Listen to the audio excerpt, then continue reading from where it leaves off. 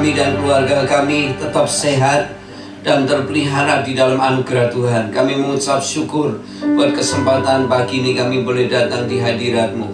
Kami percaya Engkau Allah El Shaddai, Allah seperti seorang ibu yang sangat mengasihi anak-anaknya. Kami bersyukur Engkau pelihara kami sedemikian rupa. Dan kami pagi ini mengucap syukur di hadapan-Mu bersama-sama umat yang lain. Kami mengucap syukur karena kebaikan-Mu. Bahkan Engkau sudah merancangkan rancangan yang terbaik dalam setiap hidup kami semuanya. Terpujilah nama-Mu di atas segala Allah. Kami sembah di dalam nama Yesus. Kami siapkan hati kami untuk menyambut kebenaran-Mu. Dan biar firman-Mu ini datang dalam hidup kami hari ini adalah firman yang menguatkan, meneguhkan. Firman yang akan membawa kami memasuki satu musim yang baru, kesempatan yang baru, peluang yang baru yang sedang Kau bukakan di depan kami. Kami mengucap syukur atas kesempatan hari ini kami boleh ada di rumah Tuhan ini.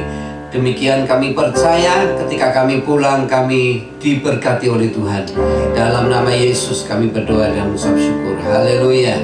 Amin. Amin. Puji Tuhan. Selamat pagi semuanya. Selamat pagi semuanya. Wah, suaranya ada sekarang. Ya, puji Tuhan. Senang sekali berjumpa kembali pagi ini. Dan saya bersyukur sudah dalam keadaan sehat semuanya. Dan saya yakin, saya percaya di tengah-tengah situasi yang seperti ini memang satu situasi yang sebanyak orang tidak siap menghadapinya. Dan kalau siap tidak mungkin seperti ini. Nah, saudara-saudara, hari ini saudara akan melihat satu kebenaran firman Tuhan yang terus berkelanjutan di bulan ini, yaitu tentang musim yang baru itu sudah tiba di depan kita. Kenapa?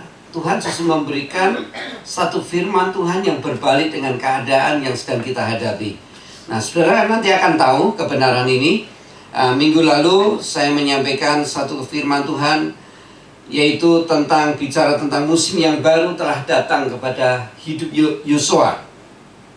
Tadinya Yosua hanya sebagai seorang hamba dari Musa, asistennya Musa. Semua keputusan itu yang mengambil keputusan Musa. Apapun resikonya, Musa lah yang mengambil resiko. Dan Yosua tidak pernah punya resiko, karena setiap apapun yang mengambil keputusan adalah Musa. Tetapi setelah Musa mati, minggu lalu saya sampaikan, setelah Musa mati, Tuhan memilih Yosua untuk menggantikan kepemimpinan Musa. Dan bagi Yosua itu adalah sebuah musim yang baru. Itu adalah sebuah musim yang baru. Dari seorang hamba Musa, asistennya Musa, sekarang suruh menggantikan Musa menjadi pemimpin bangsa Israel. Apa yang harus dihadapi Yosua di musim yang baru itu? Mari kita lihat di dalam Yosua 1:1-5. Ayat ini beberapa minggu ini terus kita baca, karena di sini ada banyak kebenaran dari firman Tuhan yang sedang Tuhan bukakan kepada kita semuanya. Yosua 1 ayat 1-5. Firman Tuhan berkata seperti ini. Yosua 1 ayat 1-5. Firman Tuhan berkata seperti ini. Sesudah Musa hamba Tuhan itu mati, berfirmanlah Tuhan kepada Yosua bin Nun abdi Musa itu demikian. Hambaku Musa telah mati, sebab itu bersiaplah sekarang, seberangilah sungai Yordan ini, engkau dan seluruh bangsa ini menuju negeri yang akan kuberikan kepada mereka, kepada orang Israel itu. Ayat 3. Setiap tempat yang akan diinjak oleh telapak kakimu, kuberikan kepada kamu, seperti yang telah kujanjikan kepada Musa. Dari padang gurun dan gunung Libanon yang sebelah sana itu, sampai sungai besar, yakni sungai Efrat, seluruh tanah orang Het sampai ke laut besar di sebelah matahari terbenam, semuanya itu akan menjadi daerahmu. Seorang pun tidak dapat bertahan menghadapi engkau seumur hidupmu. Seperti aku menyertai Musa, demikianlah aku akan menyertai engkau. Aku akan tidak membiarkan engkau dan tidak akan meninggalkan engkau. Nah, saudara lihat, dari ayat ini kita bisa melihat apa yang harus dihadapi Yosua ketika musim yang baru itu tiba dalam hidup Yosua. Saya ulangi, tadinya Yosua tidak mikir apa-apa. Yosua itu hanya pasrah dan mengikuti apa yang menjadi keputusan Musa. Tapi sekarang tidak bisa lagi, karena Musa mati dan Tuhan ingin Yosua menggantikan Musa. Nah, sekarang hal apa saja yang akan dihadapi oleh Yosua di musim yang baru ini? Nah, musim yang baru itu sudah lihat, Yosua harus berhadapan dengan tantangan yang baru juga. Dengarkan baik-baik. Di musim yang baru itu, Yosua harus berhadapan dengan tantangan yang baru. Firman Tuhan berkata, bersiaplah sekarang, seberangilah sungai Yordan. Saudara, bukan berarti setiap kita yang diizinkan memasuki musim yang baru itu terus tidak ada tantangan. Ya, kita hanya melek melem, tiba-tiba ada orang datang bawa berkat kepada saudara. Bukan begitu, saudara. Tetapi saudara bisa lihat, setiap musim yang baru itu selalu ada tantangan yang baru juga. Yosua dikatakan oleh Alkitab, bersiaplah. Tuhan berkata, bersiaplah apa? Masuk tanah Kanaan langsung. Bukan, seberangilah sungai Yordan. Saudara lihat, apa sulitnya bagi Tuhan atau bagi Yosua ketika waktu itu pernah menyeberang sungai Laut Kolsom dengan sungai Yordan yang sekarang ini suruh nyeberangi. Apa sulitnya? Bukankah namanya sungai itu lebih kecil dibandingkan dengan Laut Kolsom? Padahal Yosua pernah mengalami bersama, yaitu pemimpinnya Musa, menyeberangi Laut Kolsom. Lalu apa sulitnya? Apa sulitnya untuk menyeberangi sungai Yordan? Saudara, saya ingin memberikan sedikit gambaran secara geografis tentang sungai Yordan yang saat itu akan diseberangi oleh Yosua dan umat Israel. Nah, coba kita lihat Yosua pasal 3 ayat 15. Sedikit tentang geografis keadaan sungai Yordan pada waktu akan diseberangi oleh Yosua dan umat Israel. Yosua 3 ayat 15 mengatakan seperti ini. Segera sesudah para pengangkut tabut itu sampai ke sungai Yordan, dan para imam pengangkut tabut itu mencelupkan kakinya ke dalam air di tepi sungai itu. Perhatikan ini. Sungai Yordan itu sebab sampai meluap sepanjang tepinya selama musim menuai. Jadi, keadaan geografis sungai Yordan pada waktu akan diseberangi oleh Yosua dan umat Israel, waktu itu dalam keadaan penuh sampai meluap, karena itu musim panen, musim menuai. Meluap sampai penuh. Saudara, jadi saudara bisa lihat sungai itu dalam keadaan penuh sampai meluap, karena itu di musim menuai. Yang kedua, sungai Yordan ini sangat lebar sekali, bukan kayak Bengawan Solo, ya, sangat lebar sekali. Nah, yang ketiga, arti nama Yordan itu artinya menurun. Dan memang secara geografis sungai ini mengalir dari ketinggian yang sangat tinggi terus menurun. Ya, menurun sehingga kondisi sungai Yordan ini memiliki arus air yang sangat deras sehingga tidak mungkin diseberangi. Nah, dari situasi geografis dari sungai Yordan ini, jangan saudara bayangkan seperti kita nyebrang sungai Pepe, ya, bukan. Sungai ini punya geografis yang sangat lebar, alirannya deras sekali, ya, karena memang dari atas menurun. Kemudian sungai itu dalam keadaan penuh dan meluap saat itu. Nah, saudara lihat di sini, ya, saudara bisa lihat di sini. Saya mau katakan, dengarkan baik-baik seperti yang saya pernah sampaikan kepada saudara. Kalau kita ingin melihat area Tuhan bekerja dengan maksimal, areanya Tuhan bekerja itu adalah area di tempat semua manusia berkata, itu mustahil untuk kita bisa lakukan. Itu mustahil untuk kita bisa selesaikan. Itu mustahil kalau itu kita bisa seberangi. Nah, areanya Tuhan itu, atau saya katakan tempat yang paling subur, kuasa Tuhan didemonstrasikan, kuasa Tuhan dinyatakan, adalah tempat di mana satu tempat yang di situ semua orang berkata tidak mungkin itu terjadi. Inilah alasan mengapa Tuhan membawa Yosua dan umatnya menyeberang sungai Yordan dalam keadaan situasinya saat itu sedang meluap penuh, airnya deras sekali, dan saudara bisa lihat kondisi sungai Yordan itu sangat lebar sekali. Tetapi Tuhan akan menunjukkan kuasanya di mana manusia berkata itu tidak mungkin, justru di situ Tuhan akan melakukannya. Saudara-saudara, ternyata untuk memasuki musim yang baru, Yosua harus berhadapan dengan tantangan yang betul-betul baru yang sebelumnya belum pernah ia hadapi saat bersama dengan Musa. Ada beberapa kejadian yang dicatat di Alkitab. Setiap kelompok atau seseorang ketika dibawa masuk oleh Tuhan ke musim yang baru, awal pertamanya selalu berhadapan dengan tantangan dan problem. Setiap musim yang baru, setiap ada janji Tuhan yang baru datang kepada kelompok atau kepada seseorang, itu selalu disertai dengan masalah yang baru dan problem yang baru. Saya beri contoh kepada saudara. Saya beri contoh. Saat Israel akan dibawa, orang-orang Israel akan dibawa keluar oleh Tuhan memasuki musim yang baru, yaitu dilepaskan dari penjajahan bangsa Mesir. Begitu orang-orang Israel ini keluar dari negeri Mesir, apa yang terjadi? Langsung dihadapkan tantangan. Ia dikejar kembali oleh tentara Mesir, tentaranya Firaun. Dan ketika dikejar, dia menemui jalan buntu. Mereka menemui jalan buntu, alias tidak bisa lari kemana-mana. Dan satu-satunya jalan yang di depan mereka itu hanya laut kosong. Nah, saudara bisa lihat, begitu mereka keluar dari negeri Mesir, tiba-tiba mereka harus berhadapan dengan tantangan.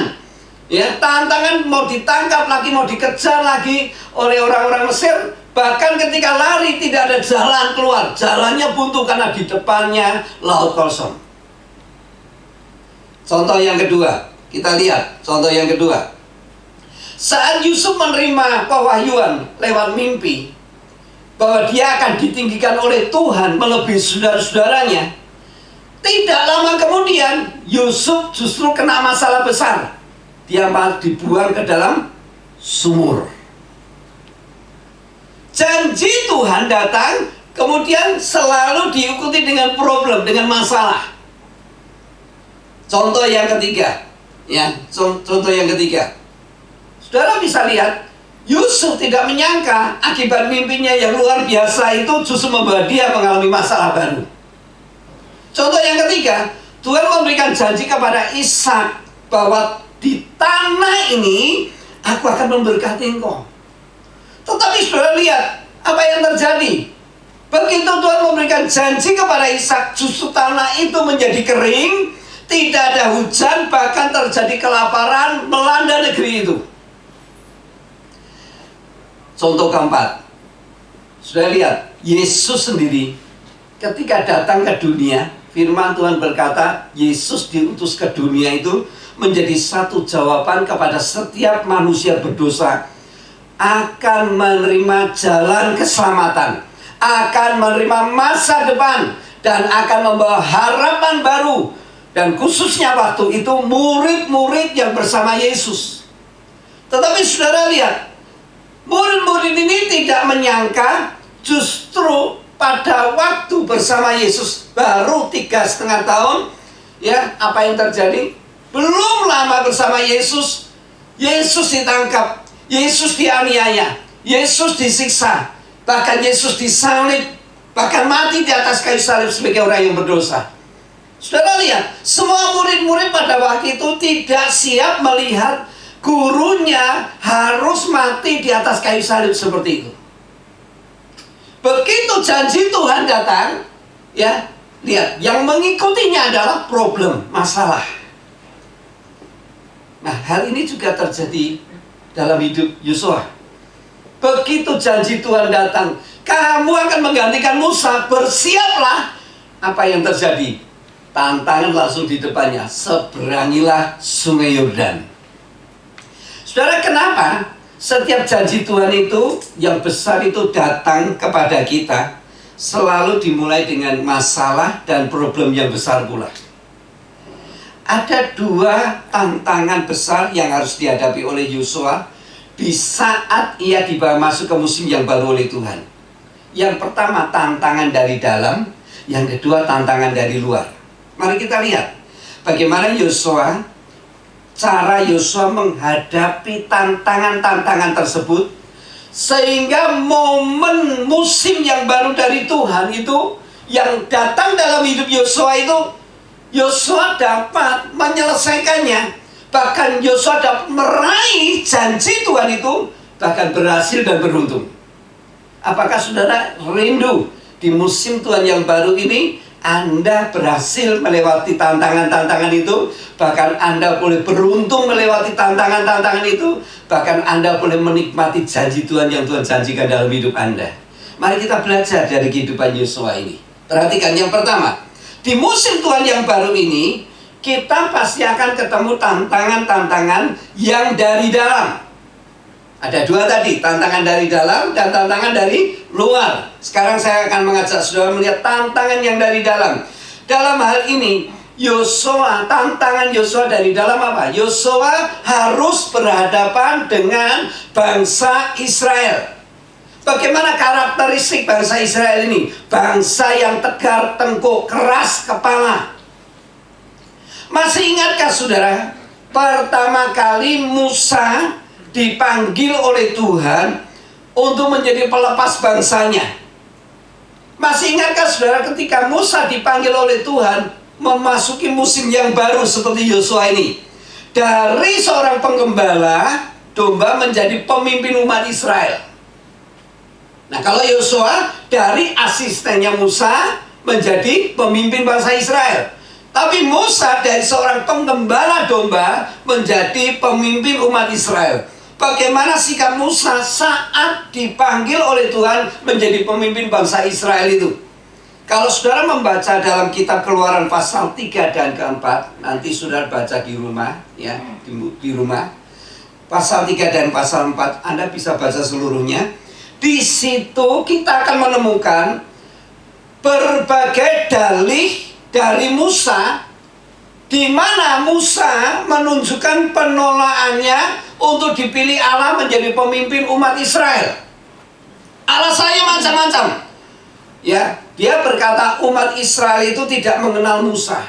Bagaimana kalau mereka menolak? Ya, bagaimana kalau mereka menolak dan sebagainya. Kedua, Musa berkata, aku seorang yang berat lidah, aku tidak fasih bicara. Ya, lebih baik orang lain saja yang dipilih. Nah, saudara, hal yang sama saat Tuhan memilih Yosua untuk menjadi pemimpin umat Israel. Saudara bisa lihat reaksi Yosua. Yosua berbeda dengan sikapnya seperti Musa. Yosua sangat berbeda, tidak seperti Musa. Ia tidak banyak berdalih. Ia tidak mencari alasan, sekalipun tahu bangsa yang ia pimpin itu adalah bangsa yang tegar tengkuk, keras kepala. Namun sudah lihat, Yosua sangat percaya dan taat apa yang diperkatakan oleh Tuhan melalui firman-Nya. Dan Yosua adalah seorang yang memiliki hati yang teguh terhadap janji Tuhan. Inilah rahasianya kenapa Tuhan mengaruniakan wibawa, urapan kepemimpinan saat Yosua mulai bicara kepada umat Israel pada waktu itu. Mestinya Yosua ini minder, tidak pede, karena dia hanya asisten daripada Musa. Tetapi saudara bisa lihat, Yosua ini begitu bicara kepada umat Israel, wibawa urapan kepemimpinan itu, hikmat daripada Tuhan itu menguasai Yosua. Sehingga dengan wibawa urapan dan hikmat dari Allah itu, umat Israel itu berkata seperti ini di hadapan Yosua. Mari kita lihat Yosua 1 ayat 16-18. Lihat apa reaksi umat Israel pada waktu itu ketika Yosua menyampaikan kebenaran firman Tuhan, menyampaikan perintah Tuhan atas umat Israel. Ayat 16 dikatakan seperti ini. Lalu mereka menjawab Yosua, katanya, segala yang kau perintahkan kepada kami akan kami lakukan, dan kemanapun kami akan kau suruh, kami akan pergi. Sama seperti kami mendengarkan perintah Musa, demikianlah kami akan mendengarkan perintahmu. Hanya Tuhan Allahmu kiranya menyertai engkau seperti Ia menyertai Musa. 18. Setiap orang yang menentang perintahmu dan tidak mendengarkan perkataanmu, apapun yang kau perintahkan kepadanya, dia akan dihukum mati. Hanya kuatkan dan teguhkanlah hatimu. Saudara bisa lihat reaksi umat Israel ketika Yosua berbicara di depan mereka.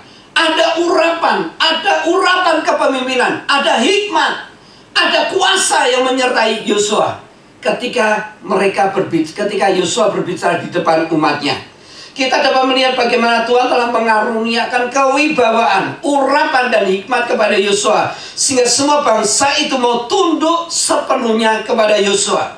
Jadi saudara dengarkan baik-baik, di saat kita dibawa masuk ke musim yang baru ini, ternyata justru akan ada tantangan-tantangan dari dalam yang akan kita hadapi seperti Yosua. Mungkin sekarang ini justru yang sedang menentang atau memusuhi saudara adalah orang dekat saudara sendiri. Entah itu suami, entah itu istri, entah itu anak saudara, atau itu orang-orang dekat yang ada di sekitar saudara. Hari ini Tuhan mau sampaikan, ketika saudara akan dibawa masuk ke musim yang baru, di mana ada tantangan dari dalam, jangan kaget, ya, jangan kendor, jangan lemah, jangan berkata, loh, janji Tuhan itu ngomongnya seperti ini, firman Tuhan sepanjang bulan Juli dan Agustus ngomongnya seperti ini. Lah kok sekarang saya ini malah mengalami kebalikan dari janji Tuhan itu. Jadi bagaimana ini? Apakah betul seperti itu?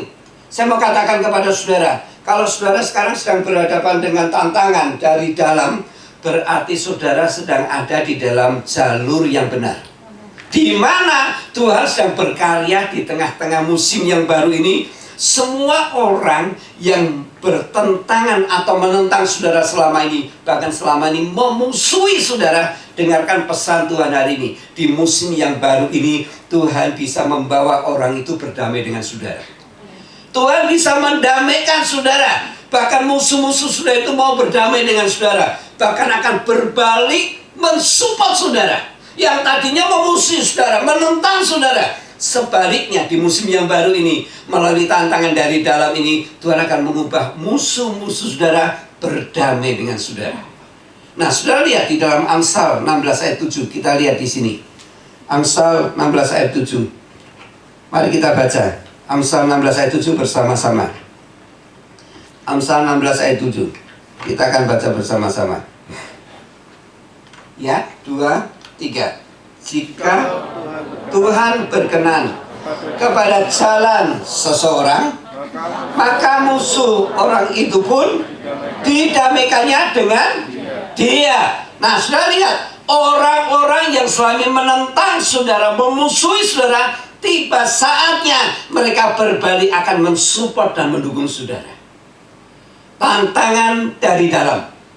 Yang kedua, tantangan dari luar. Di musim yang baru ini, Tuhan juga akan menghadapkan kita tantangan dari luar. Seperti yang dialami Yosua, dia harus berhadapan bukan hanya dengan bangsa Israel yang tegar tengkuk itu, tapi sudah bisa lihat, Tuhan bisa mengubah hati mereka. Bahkan mereka tunduk sepenuhnya kepada Yosua. Sudah percaya itu akan berlaku dalam hidup kita? Nah, yang kedua, Yosua berhadapan dengan tantangan dari luar. Tantangan dari luar dalam bentuk apa? Dia harus berhadapan dengan sungai Yordan yang lebar, yang deras, yang tidak mungkin diseberangi, yang sedang meluap penuh airnya. Dia harus berhadapan dengan tembok Yeriko. Dia harus berhadapan dengan orang-orang Enak, orang-orang Het, orang-orang Amori yang raksasa-raksasa. Banyak tantangan dari luar yang harus dihadapi oleh Yosua. Bukan ujuk-ujuk masuk tanah Kanaan lalu mendiami dengan aman dan nyaman. Bukan. Yosua harus berperang, tetapi Tuhan akan membuktikan Tuhan menyertai Yosua. Nah, saudara, bukan hal yang mudah bagi Yosua untuk menghadapi tantangan-tantangan dari luar itu. Sampai Tuhan berkata 3 kali kepada Yosua di pasal 1, kitab Yosua pasal 1, sampai Tuhan itu ngomong, dalam menghadapi tantangan-tantangan dari luar itu, sampai Tuhan tuh ngomong ya, supaya Yosua itu menang, berhasil dan beruntung. Maka Tuhan tuh sampai ngomong 3 kali, kuatkan dan teguhkanlah hatimu. Kuatkan dan teguhkanlah hatimu. Yang ketiga, kuatkan dan teguhkanlah hatimu. Kenapa Tuhan sampai ngomong 3 kali? Kuatkan dan teguhkan hatimu.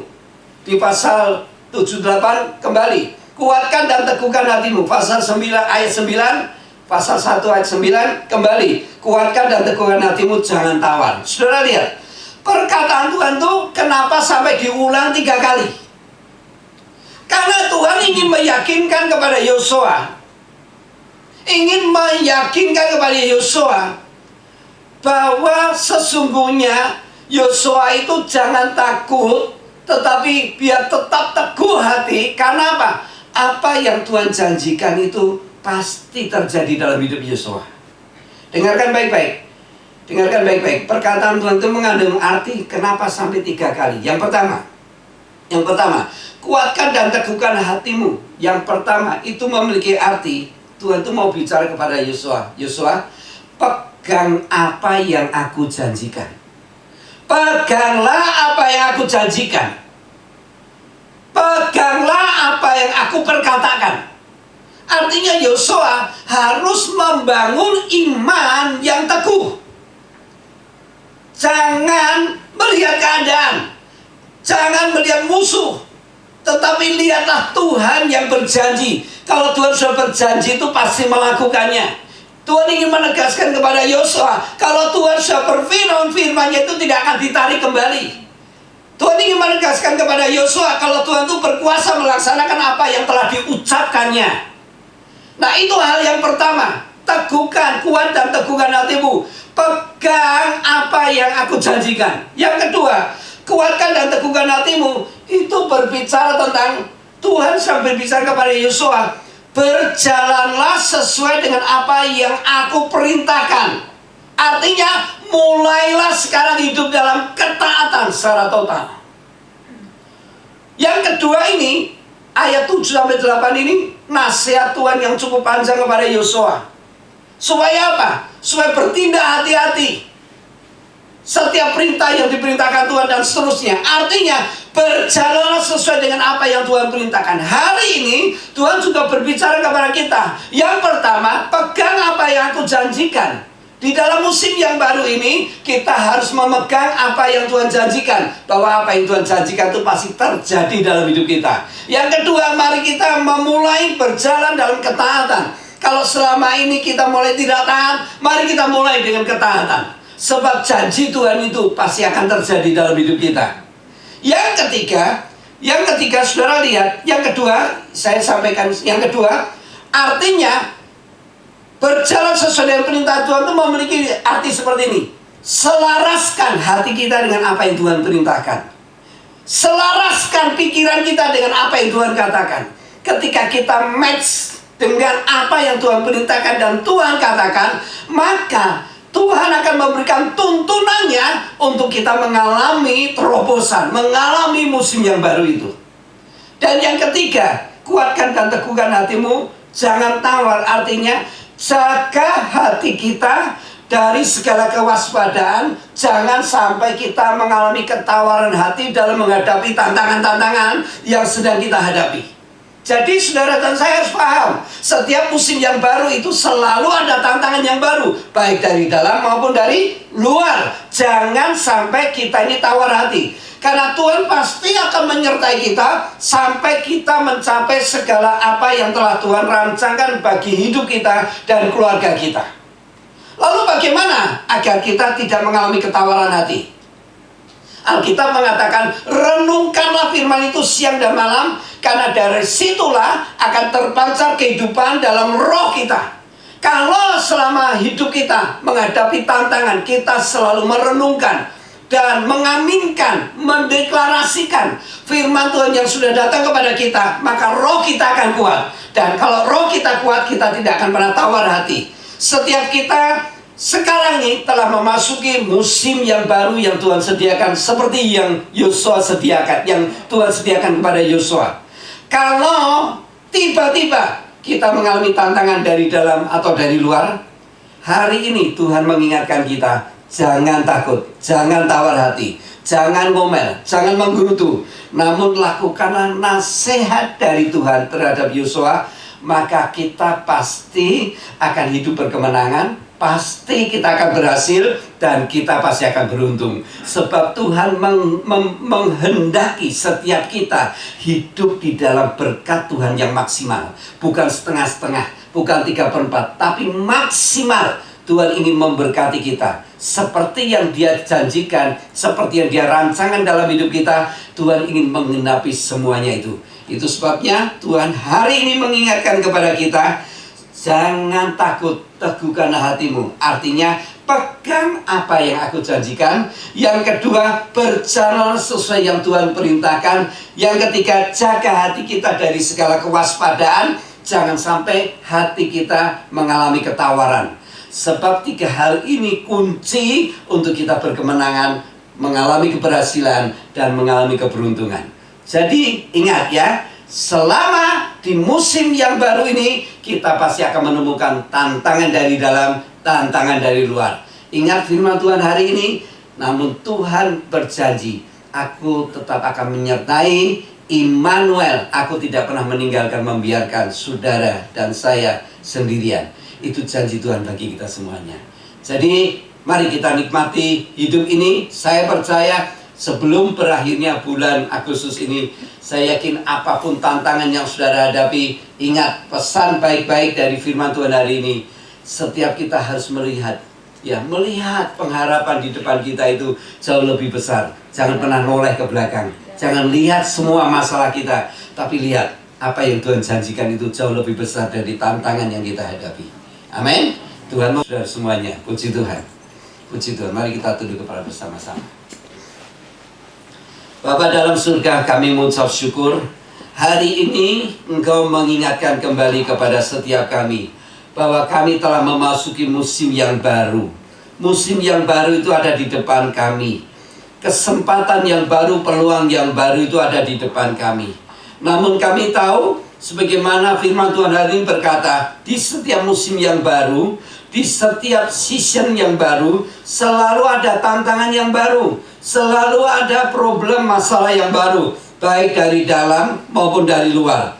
Hal ini juga dialami oleh banyak tokoh-tokoh di Alkitab. Baik Yosua, baik Yusuf, baik juga Daud, baik juga Musa, dan banyak tokoh-tokoh semuanya. Yesus sendiri mengalami tantangan ketika Dia diizinkan Tuhan menjadi penyelamat dunia, penyelamat manusia dari dosa. Namun Dia harus menghadapi tantangan yang sangat besar. Tuhan, kami sadar bahwa setiap musim yang baru itu harus kami hadapi. Selalu ada tantangan yang baru, selalu ada problem yang baru. Namun hari ini Engkau menguatkan kami melalui firman-Mu. Engkau meneguhkan firman-Mu untuk kami tetap percaya, berpegang pada janji Tuhan. Kami fokus kepada apa yang Tuhan janjikan. Dan supaya kami terus bertindak hati-hati sesuai dengan yang Tuhan perintahkan kepada kami. Artinya kami hidup dalam ketaatan. Kami akan belajar menselaraskan pikiran dan hati kami kepada apa yang Tuhan perkatakan, Tuhan perintahkan. Dan yang ketiga, supaya kami jaga hati kami, supaya kami tidak mengalami ketawaran hati. Kami bersyukur Engkau menasihatkan kami, karena Engkau menginginkan setiap kami menang, bahkan lebih daripada pemenang. Dan setiap kami boleh berhasil, dan setiap kami boleh mengalami keberuntungan.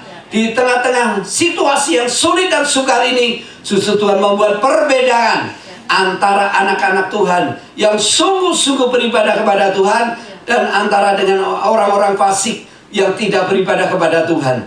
Kami percaya anak-anak-Mu semua di Jemaat Rehoboth ini semuanya boleh diberkati Tuhan, dan mereka semua boleh mengalami keberhasilan dalam segala hal, karena berkat Tuhan ada di atas setiap kami di musim yang baru ini. Terima kasih Tuhan. Di dalam nama Tuhan Yesus Kristus kami berdoa dan mengucap syukur. Haleluya. Amin. Amin. Nah, sebelum kita akan tutup dalam ibadah kita, saya berikan pengumuman, jangan lupa ibadah kita tetap sementara sekali, seminggu sekali jam 7 sampai jam 8. Dan kalau saudara semuanya ada jemaat-jemaat Tuhan yang belum tahu, bisa diberitahu. Dan tentunya dengan keterbatasan duduk dan semuanya, saudara harap sabar sampai kita boleh diizinkan kembali oleh pemerintah untuk beribadah seperti biasa lagi. Dan saya juga menghimbau saudara untuk saudara tetap jaga kesehatan, kemanapun harus pakai masker, ya, jangan sembrono, karena Tuhan memberikan hikmat kecerdikan kepada kita untuk kita tidak main-main dalam perkara ini. Saya tetap berdoa saudara setiap minggu sudah selalu diberi kesehatan sepanjang minggu ini. Dan saya yakin di tengah-tengah situasi yang seperti ini, Tuhan akan membuktikan pemeliharaannya, perlindungannya. Bahkan Dia akan menyatakan kuasa-Nya untuk memberkati saudara dalam segala sesuatunya. Mari kita selalu berharap dan bersandar kepada Tuhan. Dan percayalah, Tuhan tidak pernah meninggalkan kita. Amin. Puji Tuhan. Ada pengumuman lain? Tidak ada. Kita akan berdiri bersama-sama. Mari kita akan tutup dalam doa.